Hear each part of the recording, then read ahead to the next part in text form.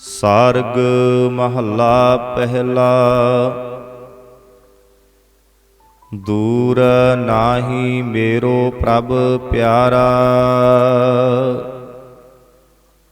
ਸਤਿਗੁਰ ਬਾਚਨ ਮੇਰੋ ਮਨ ਮਾਨਿਆ।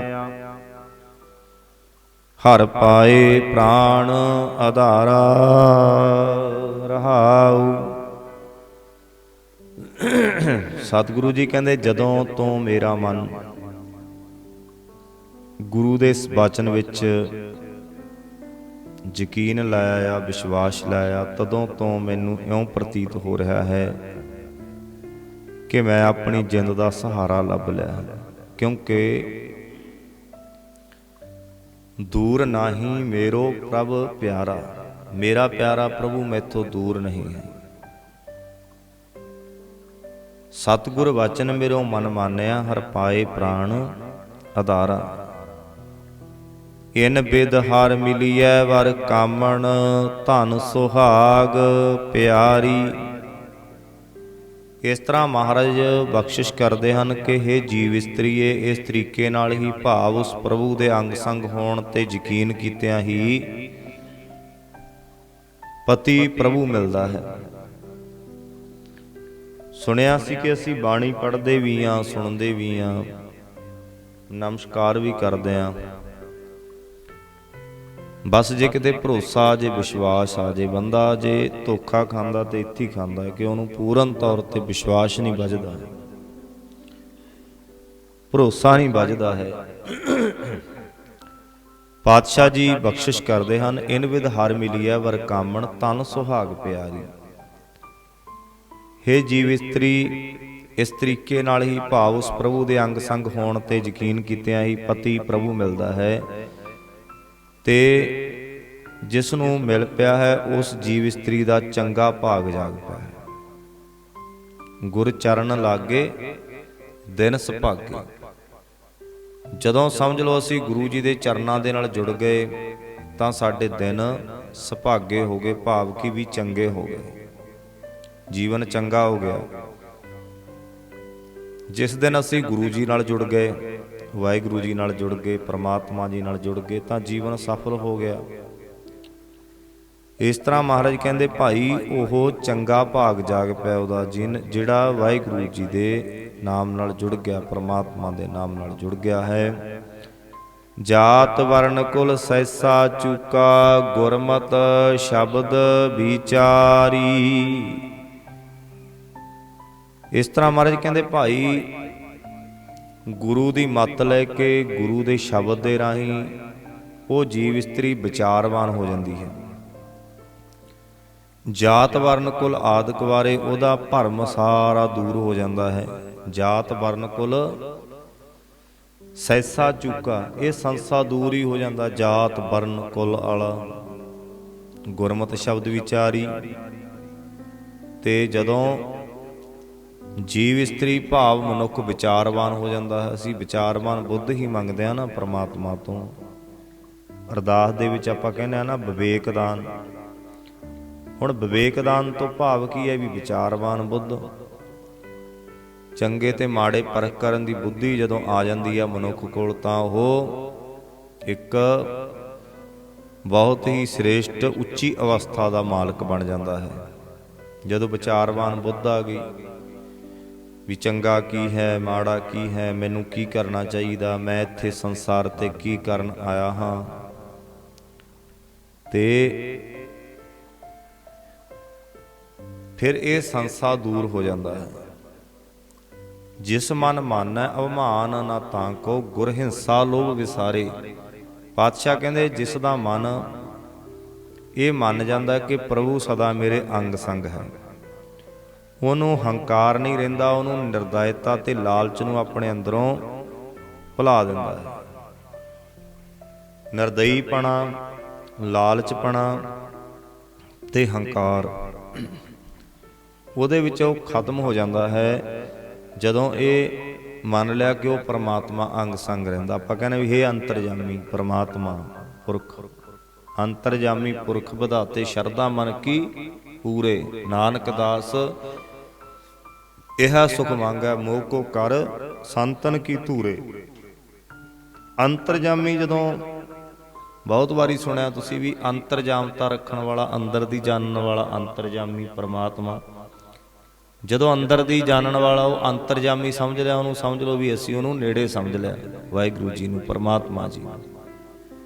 ਜਿੱਦੇ ਸਾਨੂੰ ਇਹ ਵਿਸ਼ਵਾਸ ਹੋ ਗਿਆ, ਯਕੀਨ ਹੋਇਆ ਕਿ ਉਹ ਵਾਕਈ ਅੰਤਰਜਾਮੀ ਆ। ਕਿਉਂਕਿ ਪਾਤਸ਼ਾਹ ਕਹਿੰਦੇ ਵੀ ਹੈ ਵੀ ਉਹ ਤਾਂ ਹਰ ਥਾਂ ਰਮਿਆ ਹੋਇਆ, ਅੱਗੋਂ ਦੇਖਾ ਪਿੱਛੋਂ ਦੇਖਾ ਤੁਝ ਤੇ ਕਹਾਂ ਛਪਾਵੈ। ਕਿ ਉਹ ਪਰਮਾਤਮਾ ਸਭ ਥਾਂ ਵੇਖ ਰਿਹਾ, ਉਹ ਤੋਂ ਕਾਹ ਤੋਂ ਫਿਰ ਕਿੱਥੋਂ ਛਪਾ ਸਕਦੇ ਹਾਂ ਆਪਾਂ, ਕਿਹੜੀ ਚੀਜ਼ ਛਪਾ ਸਕਦੇ ਹਾਂ, ਨਹੀਂ ਛਪਾ ਸਕਦੇ। ਇਸ ਤਰ੍ਹਾਂ ਪਰਮਾਤਮਾ ਉਹ ਅੰਤਰਜਾਮੀ ਹੈ। ਘਟ ਘਟ ਕੇ ਅੰਤਰ ਕੀ ਜਾਣਤ, ਭਲੇ ਬੁਰੇ ਕੀ ਪੀਰ ਪਛਾਨਤ। ਉਹ ਭਲੇ ਦੀ ਵੀ ਬੁਰੇ ਦੀ ਵੀ ਪੀੜ ਨੂੰ ਪਛਾਣਦਾ ਹੈ, ਉਹਨੂੰ ਪਤਾ ਹੈ, ਕਿਉਂਕਿ ਉਹ ਸਾਨੂੰ ਸਾਡੇ ਕਰਮਾਂ ਅਨੁਸਾਰ ਦੇ ਰਿਹਾ ਹੈ। ਜੋ ਵੀ ਦੇ ਰਿਹਾ ਹੈ, ਸਾਡੇ ਕਰਮ ਹੀ ਇੰਨੇ ਕੁ ਸੀ। ਜਿਹੋ ਜਿਹਾ ਸਾਨੂੰ ਜੀਵਨ ਮਿਲਿਆ, ਸਾਡੇ ਕਰਮ ਕਰੇ ਹੋਏ ਸੀ। ਕਰਮ ਜੈਸਾ ਬੀਜੈ ਸੋ ਲਾਉਣਾ, ਕਰਮਾ ਸੁੰਦਰਾ ਖੇਤ। ਜਿਹੋ ਜਿਹਾ ਮਨੁੱਖ ਬੀਜਦਾ, ਫਿਰ ਵੱਢਣਾ ਤੇ ਪੈਂਦਾ ਹੀ ਹੈ। ਇਸ ਤਰ੍ਹਾਂ ਅਸੀਂ ਆਪਣੇ ਕਰਮ ਬੀਜੇ ਹੋਏ ਹੀ ਵੱਢ ਰਹੇ ਹਾਂ। ਇਸ ਤਰ੍ਹਾਂ ਉਹ ਪਰਮਾਤਮਾ ਜਦੋਂ ਅੰਤਰਜਾਮੀ ਨੂੰ ਆਪਣੇ ਅੰਗ ਸੰਗ ਸਮਝ ਲਿਆ ਵੀ ਉਹ ਪਰਮਾਤਮਾ ਤੇ ਅੰਤਰਜਾਮੀ ਹੈ, ਅੰਤਰਜਾਮਤਾ ਰੱਖਦਾ ਹੈ। ਜਿਸ ਮਨ ਮਾਨੈ ਅਭਿਮਾਨ ਨਾ ਤਾਂ ਕੋ ਹਿੰਸਾ ਲੋਭ ਵਿਸਾਰੇ। ਜਿਹਦਾ ਮਨ ਇਹ ਮੰਨ ਜਾਂਦਾ ਕਿ ਪ੍ਰਭੂ ਸਦਾ ਮੇਰੇ ਅੰਗ ਸੰਗ ਹੈ, ਉਹਨੂੰ ਹੰਕਾਰ ਨਹੀਂ ਰਹਿੰਦਾ, ਉਹਦੇ ਅੰਦਰੋਂ ਨਿਰਦੈਤਾ ਖਤਮ ਹੋ ਜਾਂਦੀ ਹੈ। ਸਹਿਜ ਰਵੈ ਵਰ ਕਾਮਣ ਪਿਰਕੀ ਗੁਰਮੁਖ ਰੰਗ ਸਵਾਰੇ। ਪਾਤਸ਼ਾਹ ਕਹਿੰਦੇ ਸਹਿਜ ਰਵੈ, ਪਤੀ ਪ੍ਰਭੂ ਦੀ ਪਿਆਰੀ ਉਹ ਜੀਵ ਇਸਤਰੀ ਅਡੋਲ ਅਵਸਥਾ ਵਿੱਚ ਟਿਕ ਕੇ ਪਤੀ ਪ੍ਰਭੂ ਨੂੰ ਮਿਲੀ ਰਹਿੰਦੀ ਹੈ। ਗੁਰੂ ਦੀ ਸ਼ਰਨ ਪੈ ਕੇ ਪ੍ਰਭੂ ਦੇ ਪਿਆਰ ਵਿੱਚ ਉਹ ਆਪਣੇ ਆਪ ਨੂੰ ਸਵਾਰਦੀ ਰਹਿੰਦੀ ਹੈ। ਗੁਰਸਿੱਖ ਪਰਮਾਤਮਾ ਦੇ ਪਿਆਰ ਵਿੱਚ ਲੱਗ ਕੇ ਆਪਣੇ ਆਪ ਨੂੰ ਸਵਾਰਦਾ ਰਹਿੰਦਾ ਹੈ, ਆਪਣੇ ਆਪ ਨੂੰ ਘੜਦਾ ਰਹਿੰਦਾ ਹੈ। ਕਾਹਦੇ ਨਾਲ ਜੀ? ਸ਼ਬਦ ਦੇ ਨਾਲ। ਆਪਣੀ ਸੁਰਤ ਨੂੰ ਘੜਨਾ, ਆਪਣੀ ਸੁਰਤ ਨੂੰ ਮਾਂਜਣਾ। ਸਹਿਜ ਰਵੈ ਵਰ ਕਾਮਣ ਪਿਰਕੀ ਗੁਰਮੁਖ ਰੰਗ ਰਵਾਰੇ। ਜਾਰੋ ਐਸੀ ਪ੍ਰੀਤ ਕੁਟੰਬ ਸੰਬੰਧੀ ਮਾਇਆ ਮੋਹ ਪਸਾਰੀ। ਜਾਰੋ ਕੀ ਮਹਾਰਾਜ ਕਹਿੰਦੇ, ਮੈਂ ਪਰਿਵਾਰ ਤੇ ਸੰਬੰਧੀਆਂ ਦੇ ਐਸੇ ਮੋਹ ਪਿਆਰ ਨੂੰ ਆਪਣੇ ਅੰਦਰੋਂ ਸਾੜਦਿਆਂ, ਜੋ ਮੇਰੇ ਅੰਦਰ ਇਹ ਮਾਇਆ ਦੇ ਮੋਹ ਦਾ ਖਲਾਰਾ ਹੀ ਖਲਾਰਦਾ ਹੈ। ਮੋਹ ਦੀ ਖਾਤਰ ਆਪਾਂ ਖਲਾਰਾ ਖਲਾਰਦੇ ਹਾਂ ਸਾਰਾ ਕੁਛ। ਮੋਹ ਕੀ ਬਣ ਜਾਂਦਾ? ਜਦੋਂ ਹਾਵੀ ਹੋ ਜਾਂਦਾ ਜ਼ਿਆਦਾ ਸਾਡੇ ਤੇ, ਤਾਂ ਸਾਡੇ ਵਾਸਤੇ ਖਤਰਾ ਬਣ ਜਾਂਦਾ ਹੈ।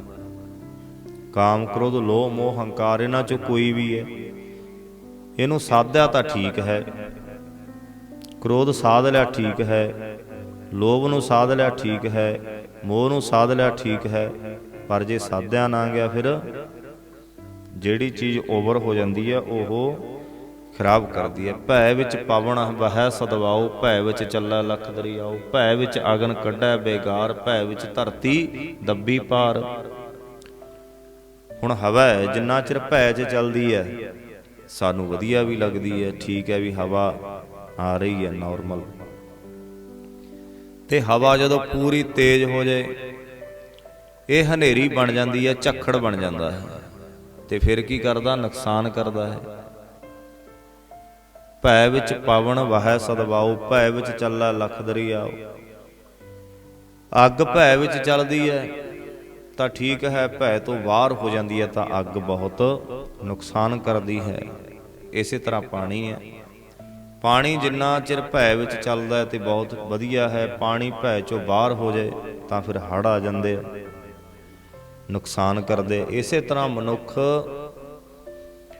ਜਦੋਂ ਤੂੰ ਭੈ ਚੋਂ ਬਾਹਰ ਹੋ ਗਿਆ ਨਾ ਗੁਰੂ ਦੇ, ਫਿਰ ਤੂੰ ਨੁਕਸਾਨ ਹੀ ਕਰੇਗਾ, ਚੰਗਾ ਨਹੀਂ ਕਰ ਸਕਦਾ। ਆਖੋ ਸਤਿਨਾਮ।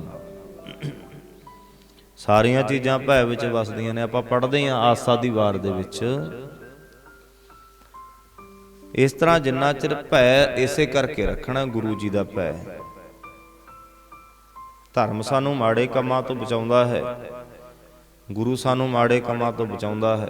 ਜੇ ਹੁਣ ਆਪਾਂ ਬੱਚਿਆਂ ਨੂੰ ਇਹੀ ਕਹਦਾ ਵੀ ਕੋਈ ਰੱਬ ਨਹੀਂ ਹੁੰਦਾ, ਕੋਈ ਭੈ ਮੰਨਣ ਦੀ ਲੋੜ ਨਹੀਂ, ਕੋਈ ਕੁਛ ਨਹੀਂ, ਤੇ ਸਾਡੇ ਬੱਚੇ ਫਿਰ ਉਹਦੇ ਪਹਿਲੇ ਨਹੀਂ ਆਗਿਆ 'ਚ ਰਹਿੰਦੇ ਤੇ ਫਿਰ ਉਹਨਾਂ ਦਾ ਕੀ ਹਾਲ ਹੋਣਾ? ਬਹੁਤ ਬੁਰਾ ਹਾਲ ਹੋਣਾ। ਗੁਰੂ ਜੀ ਦਾ ਭੈ ਹੀ ਸਾਨੂੰ ਮਾੜੇ ਕਰਮਾਂ ਤੋਂ ਬਚਾਉਂਦਾ ਹੈ। ਕਿਤੇ ਨਾ ਕਿਤੇ ਸੋਚਦੇ ਰਹਿਣਾ ਵੀ ਨਹੀਂ, ਗੁਰੂ ਸਾਹਿਬ ਜੀ ਦਾ ਭੈ ਮੰਨਣਾ ਜ਼ਰੂਰੀ ਹੈ। ਪਾਤਸ਼ਾਹ ਕਹਿੰਦੇ ਗੁਰੂ ਨਾਨਕ ਦੇਵ ਜੀ, ਜਾਰੋ ਐਸੀ ਪ੍ਰੀਤ ਨੂੰ ਸਾੜ ਦੇ ਜੋ ਮੇਰੇ ਅੰਦਰ ਮਾਇਆ ਦੇ ਮੋਹ ਦਾ ਖਲਾਰਾ ਹੀ ਖਿਲਾਰਦਾ ਹੈ। ਜਿਸੇ ਅੰਤਰ ਪ੍ਰੀਤ ਰਾਮ ਰਸ ਨਾਹੀ, ਦੁਬਦਾ ਕਰਮ ਵਿਕਾਰੀ। ਅੰਤਰ ਰਤਨ ਪਦਾਰਥ ਹਿਤ ਕੋ, ਦੁਰੈ ਨਾ ਲਾਲ ਪਿਆਰੀ। ਜਿਹਦੇ ਹਿਰਦੇ ਵਿੱਚ ਪਰਮਾਤਮਾ ਦਾ ਪਿਆਰ ਨਹੀਂ, ਪ੍ਰਭੂ ਮਿਲਾਪ ਦਾ ਆਨੰਦ ਨਹੀਂ ਉਪਜਦਾ, ਉਹ ਮੇਰ ਤੇਰ ਅਤੇ ਹੋਰ ਵਿਕਾਰਾਂ ਦੇ ਕੰਮਾਂ ਵਿੱਚ ਹੀ ਪਵਿੱਤ ਰਹਿੰਦੀ ਹੈ ਜੀਵ ਇਸਤਰੀ। ਅੰਤਰ ਰਤਨ ਪਦਾਰਥ ਹਿਤ ਕੋ, ਦੁਰੈ ਨਾ ਲਾਲ ਪਿਆਰੀ। ਕਹਿੰਦੇ ਜਿਸ ਜੀਵ ਇਸਤਰੀ ਦੇ ਹਿਰਦੇ ਵਿੱਚ ਪ੍ਰਭੂ ਚਰਨਾਂ ਦਾ ਪਿਆਰ ਪੈਦਾ ਕਰਨ ਵਾਸਤੇ ਪ੍ਰਮਾਤਮਾ ਦੀ ਸਿਫਤ ਦੇ ਰਤਨ ਮੌਜੂਦ ਹਨ, ਪਰਮਾਤਮਾ ਦੀ ਉਹ ਪਿਆਰੀ ਜੀਵ ਇਸਤਰੀ ਜਗਤ ਵਿੱਚ ਗੁੱਜੀ ਨਹੀਂ ਰਹਿੰਦੀ, ਉਹ ਪ੍ਰਗਟ ਹੋ ਜਾਂਦੀ ਹੈ। ਨਾਨਕ ਗੁਰਮੁਖ ਨਾਮ ਅਮੋਲਕ, ਜੁਗ ਜੁਗ ਅੰਤਰ ਧਾਰੀ। ਹਰੇਕ ਯੁੱਗ ਵਿੱਚ ਹੀ ਭਾਵ ਸਦਾ ਤੋਂ ਹੀ ਅਜਿਹੀ ਜੀਵ ਇਸਤਰੀ ਗੁਰੂ ਦੀ ਸ਼ਰਨ ਪੈ ਕੇ ਆਪਣੇ ਹਿਰਦੇ ਵਿੱਚ ਪ੍ਰਭੂ ਦਾ ਅਮੋਲਕ ਨਾਮ ਧਾਰਦੀ ਚਲੀ ਆ ਰਹੀ ਹੈ। ਭਾਵ ਜਗਤ ਦੇ ਆਰੰਭ ਤੋਂ ਹੀ ਇਹ ਮਰਜ਼ਾਦਾ ਚੱਲੀ ਆ ਰਹੀ ਹੈ ਕਿ ਪ੍ਰਭੂ ਦੀ ਸਿਫਤ ਸਲਾਹ ਕੀਤਿਆਂ ਪਰਮਾਤਮਾ ਦੇ ਚਰਨਾਂ ਨਾਲ ਪਿਆਰ ਬਣਦਾ ਹੈ। ਉਹਦੀ ਸਿਫਤ ਸਲਾਹ ਕੀਤਿਆਂ, ਪਰਮਾਤਮਾ ਦੀ ਸਿਫਤ ਸਲਾਹ ਕੀਤਿਆਂ ਹੀ ਪਰਮਾਤਮਾ ਨਾਲ ਪਿਆਰ ਬਣਦਾ ਹੈ। ਸਾਰੰਗ ਮਹੱਲਾ ਚੌਥਾ, ਘਰ ਪਹਿਲਾ। ਅਗਲਾ ਜਿਹੜਾ ਸ਼ਬਦ ਹੈ ਇਹ ਸਾਰੰਗ ਰਾਗ ਦੇ ਵਿੱਚ ਗੁਰੂ ਰਾਮਦਾਸ ਮਹਾਰਾਜ ਜੀ ਦਾ ਸ਼ਬਦ ਹੈ। ਇੱਕ ਓੰਕਾਰ ਸਤਿਗੁਰ ਪ੍ਰਸਾਦ। ਹੁਣ ਅਸੀਂ ਕਿਹਨਾਂ ਨੂੰ ਸੁਣ ਰਹੇ ਹਾਂ? ਗੁਰੂ ਰਾਮਦਾਸ ਮਹਾਰਾਜ ਜੀ ਨੂੰ, ਗੁਰੂ ਰਾਮਦਾਸ ਮਹਾਰਾਜ ਜੀ ਦੇ ਬਚਨਾਂ ਨੂੰ। ਹਰ ਕੇ ਸੰਤ ਜਨਾਂ ਕੀ ਹਮ ਧੂਰ, ਮੈਂ ਪਰਮਾਤਮਾ ਦੇ ਸੰਤ ਜਨਾਂ ਦੇ ਚਰਨਾਂ ਦੀ ਧੂੜ ਹੋਇਆ ਰਹਿੰਦਾ ਹਾਂ। ਮਿਲ ਸਤ ਸੰਗਤ ਪਰਮ ਪਦ ਪਾਇਆ, ਆਤਮ ਰਾਮ ਰਹਾ ਭਰਪੂਰ। ਤੇ ਸਾਧੂ ਜਨਾਂ ਦੀ ਸੰਗਤ ਵਿੱਚ ਮਿਲ ਕੇ ਸਭ ਤੋਂ ਉੱਚਾ ਆਤਮਿਕ ਦਰਜਾ ਪ੍ਰਾਪਤ ਹੋ ਜਾਂਦਾ ਹੈ ਅਤੇ ਪਰਮਾਤਮਾ ਸਭ ਥਾਈਂ ਵਸਦਾ ਦਿਸ ਪੈਂਦਾ ਹੈ, ਕਿਉਂਕਿ ਉਹ ਗਿਆਨ ਵਰਤਾਉਂਦੇ ਆ।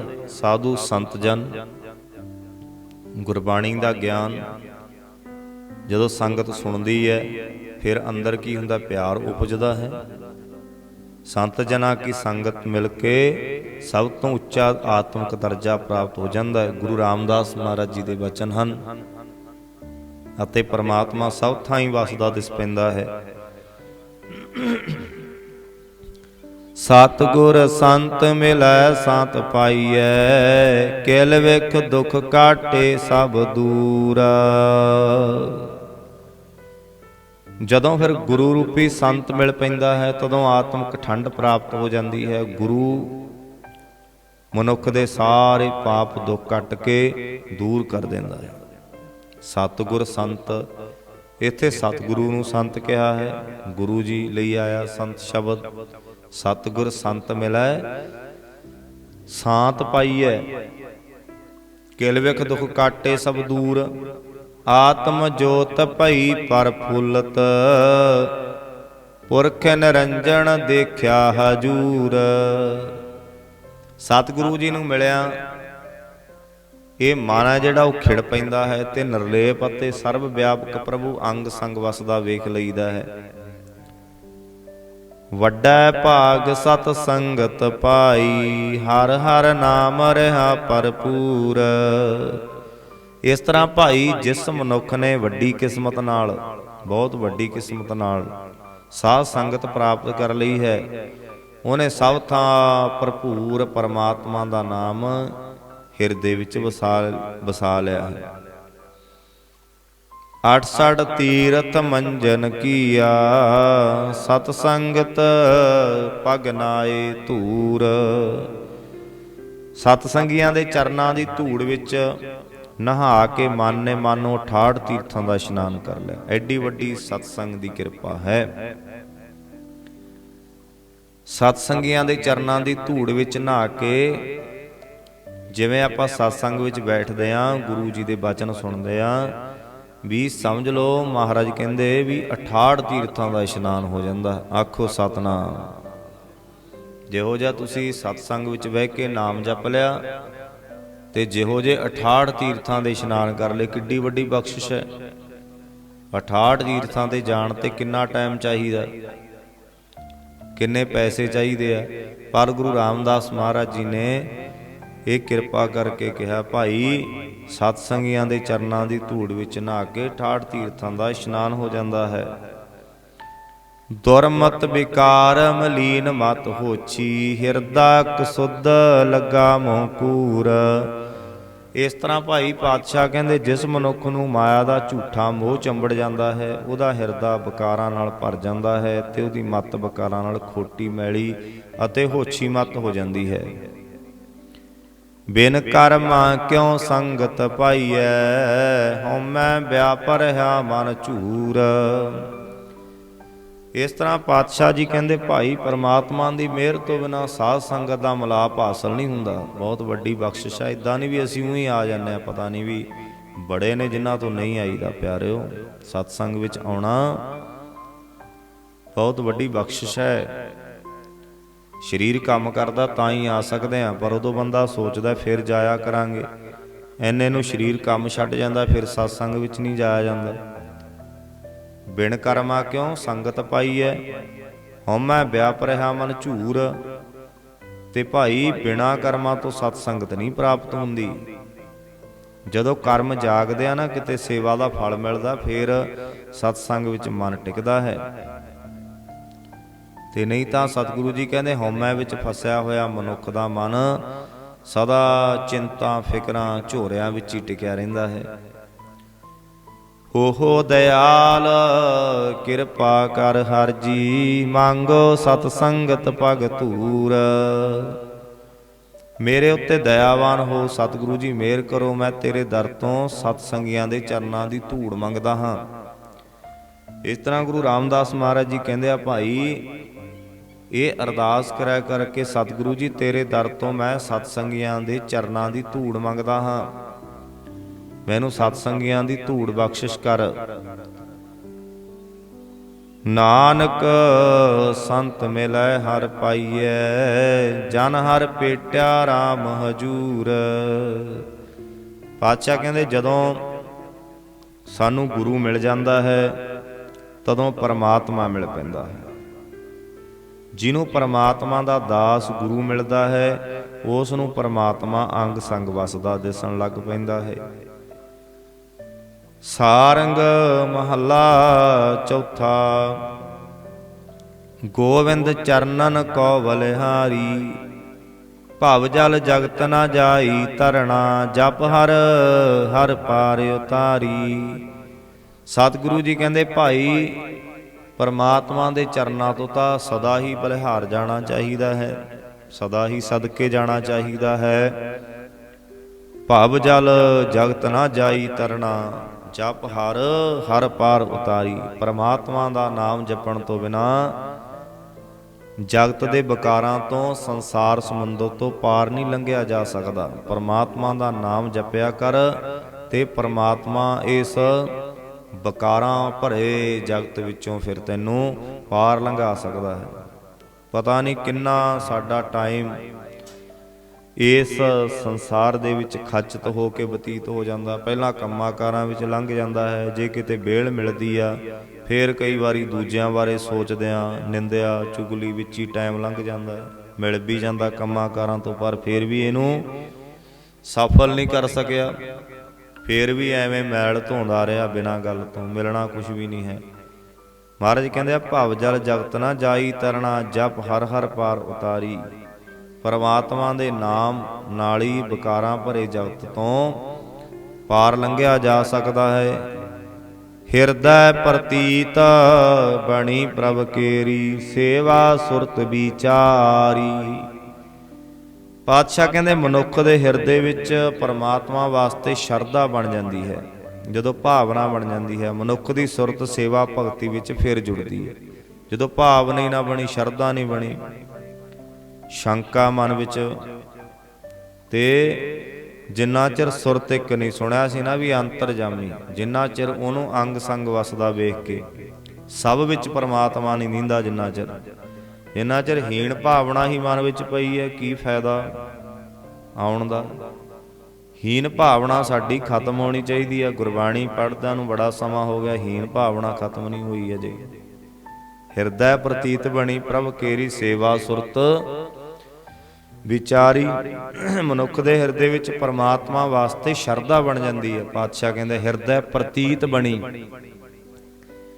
ਪ੍ਰਤੀਤ ਬਣੀ ਭਾਵ ਸ਼ਰਧਾ ਬਣੀ। ਪ੍ਰਤੀਤ ਕਹਿੰਦੇ ਆ ਸ਼ਰਧਾ ਨੂੰ।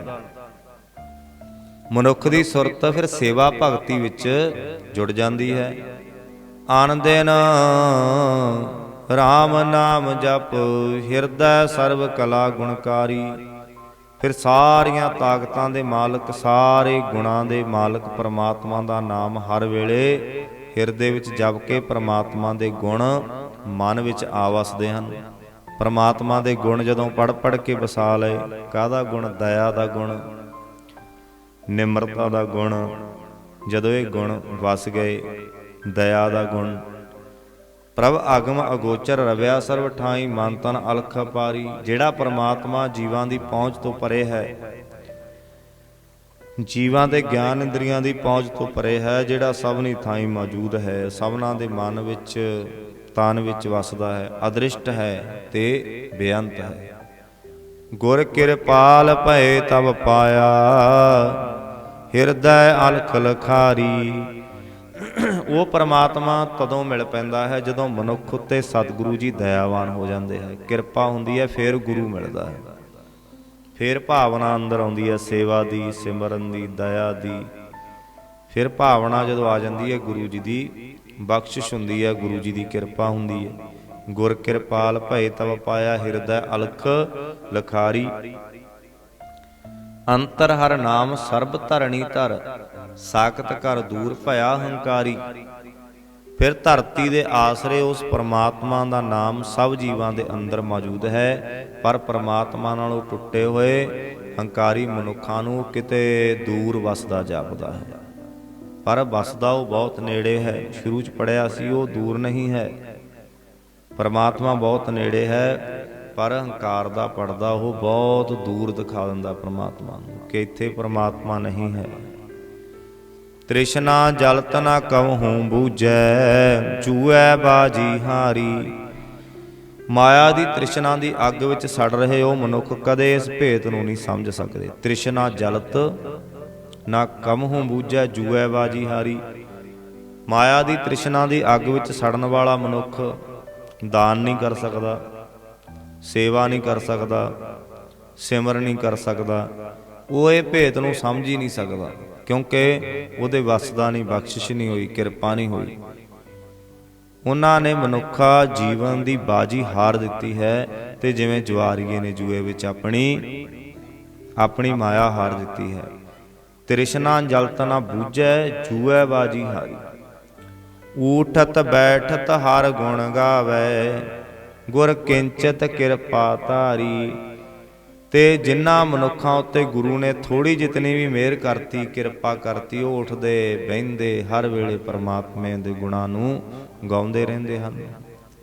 ਨਾਨਕ ਜਿਨ ਕੋ ਨਦਰ ਪਈ ਹੈ ਤਿਨ ਕੀ ਪੈਜ ਸਵਾਰੀ। ਜਿਨ੍ਹਾਂ ਉੱਤੇ ਗੁਰੂ ਪਰਮਾਤਮਾ ਦੀ ਮਿਹਰ ਦੀ ਨਿਗਾਹ ਹੋ ਜਾਂਦੀ ਹੈ ਤੇ ਪਰਮਾਤਮਾ ਨੇ ਉਹਨਾਂ ਦੀ ਲੋਕ ਤੇ ਪਰਲੋਕ ਵਿੱਚ ਵੀ ਲਾਜ ਵੀ ਰੱਖੀ ਹੈ। ਪਰਮਾਤਮਾ ਉਹਨਾਂ ਦੀ ਲਾਜ ਵੀ ਰੱਖਦਾ ਹੈ। ਇਸ ਤਰ੍ਹਾਂ ਭਾਈ ਸਤਿਗੁਰੂ ਸੱਚੇ ਪਾਤਸ਼ਾਹ ਜੀ ਪਾਵਨ ਪਵਿੱਤਰ ਗੁਰਬਾਣੀ ਦੇ ਅੰਦਰ ਸਾਨੂੰ ਕਲਯੁਗੀ ਜੀਵਾਂ ਨੂੰ ਗਿਆਨ ਬਖਸ਼ਿਸ਼ ਕਰਦੇ ਹਨ ਜੀ। ਹੋਈਆਂ ਭੁੱਲਾਂ ਦੀ ਖਿਮਾ। ਵਾਹਿਗੁਰੂ ਜੀ ਕਾ ਖਾਲਸਾ, ਵਾਹਿਗੁਰੂ ਜੀ ਕੀ ਫਤਿਹ।